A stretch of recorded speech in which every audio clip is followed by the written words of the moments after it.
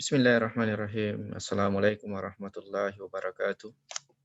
Innal hamdalillah, kita memuji kebesaran Allah Subhanahu wa taala dengan segala rahmat dari Allah Subhanahu wa taala sehingga pada kesempatan hari ini kita lanjutkan pertemuan kedua di bulan suci Ramadan, masih dalam suasana belajar dari rumah dalam keadaan berpuasa. Insyaallah ridha Allah Subhanahu wa taala senantiasa menyertai kita semua. Salam dan salawat kepada baginda Nabiullah Muhammad sallallahu alaihi wasallam. Baik para siswa sekalian, kelas 10 siswa SMK Muhammadiyah Bungerok di semester genap, kita lanjutkan pelajaran pendidikan kemuhammadiyah oleh Pak Nasir. Kita masih di bab ketiga untuk semester genap ini, bab terakhir. Setelah yang lalu kita sudah belajar fungsi dan majelis persyarikatan Muhammadiyah bagian 1. Sudah kita bahas ada 4 majelis kemarin, majelis tablik, majelis tarjih dan tajdid, pendidikan tinggi dan pendidikan dasar dan menengah. Ada 4 majelis yang sudah kita bahas fungsi dan tugasnya masing-masing secara singkat. Untuk bagian kedua ini masih di pokok bagian sama, kita lanjutkan di majelis ke-5, ke-6, ke-7, ke-8. Apa majelis 5, 6, 7, 8 itu? Kita bahas satu persatu dulu. Yang pertama adalah Majelis Pendidikan Kader.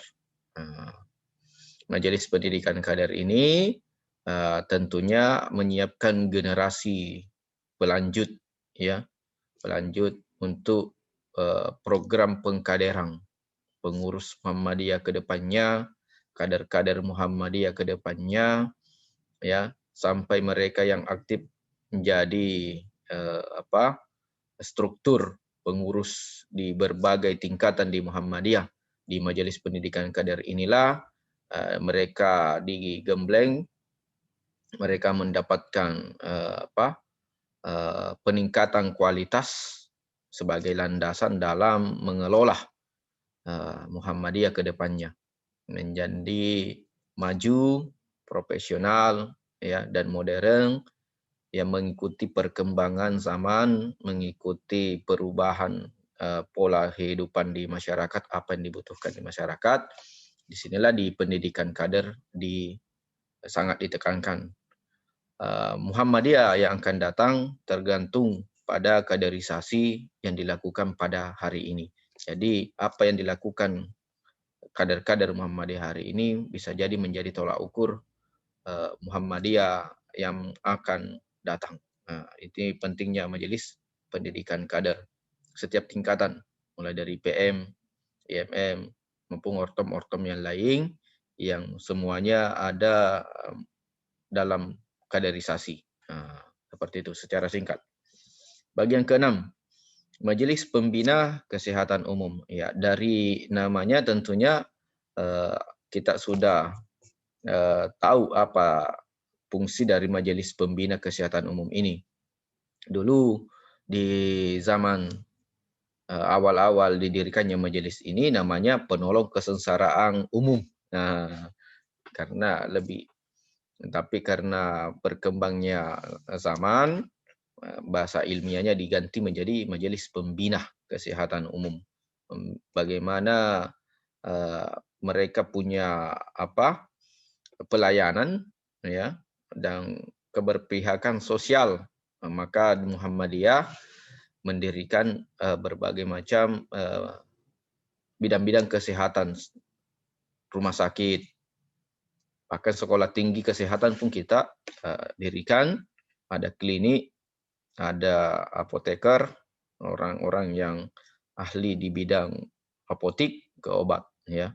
Mereka terjun ketika ada bencana, siap memberikan edukasi kesehatan, pelayanan kesehatan kepada masyarakat yang membutuhkan. Kita sudah bisa melihat bukti-buktinya di lapangan ketika terjadi bencana atau hal-hal yang dibutuhkan oleh masyarakat setempat.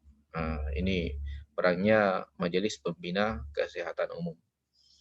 Berikutnya yang ke-7 namanya MPM, MPMM, Majelis Pemberdayaan Masyarakat Persyarikatan Muhammadiyah, ya, memberdayakan masyarakat. Apa yang diberdayakan?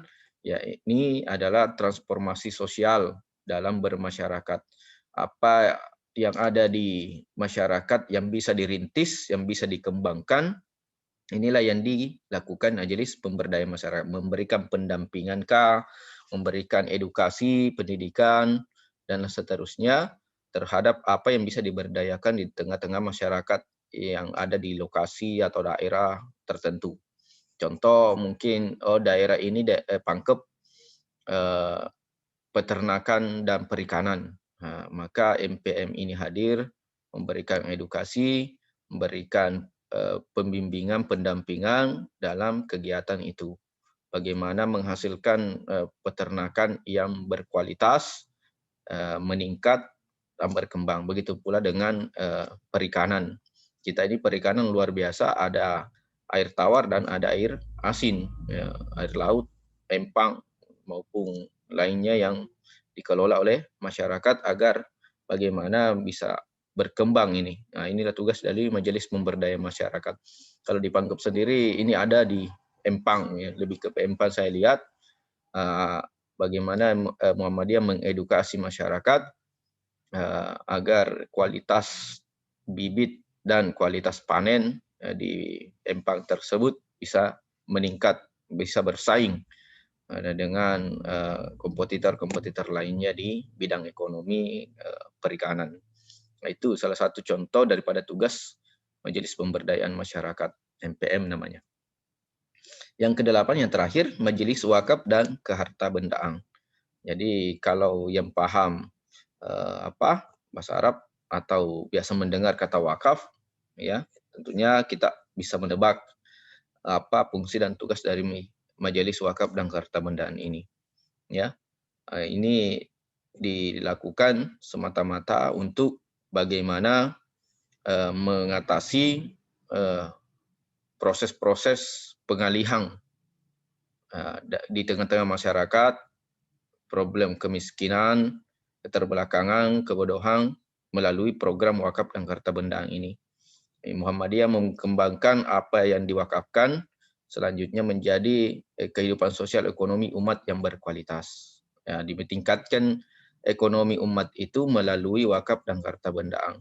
Wakaf tanah, dibangunlah pendidikan, sekolah, madrasahkah atau sekolah dasarkah atau yang lainnya untuk bagaimana masyarakat ini tidak tertinggal dari segi pendidikan, tidak terus dalam kebodohan dibawa iming-iming ya kesejahteraan. Ya. Nah, dari wakaf dan kehartabendaan ini Muhammadiyah berharap terciptanya kehidupan sosial ekonomi umat yang berkualitas, maju tentunya, tidak terus dalam keterpurukan, kebodohan, kekolotan dan lain sebagainya. Inilah sampai ke 8 Majelis Wakaf dan Kehartabendaan untuk kita bahas pada kesempatan hari ini secara singkat. Saya akhiri, lebih dan kurangnya mohon dimaafkan. Billahi fisabilil haq fastabiqul khairat. Assalamualaikum warahmatullahi wabarakatuh.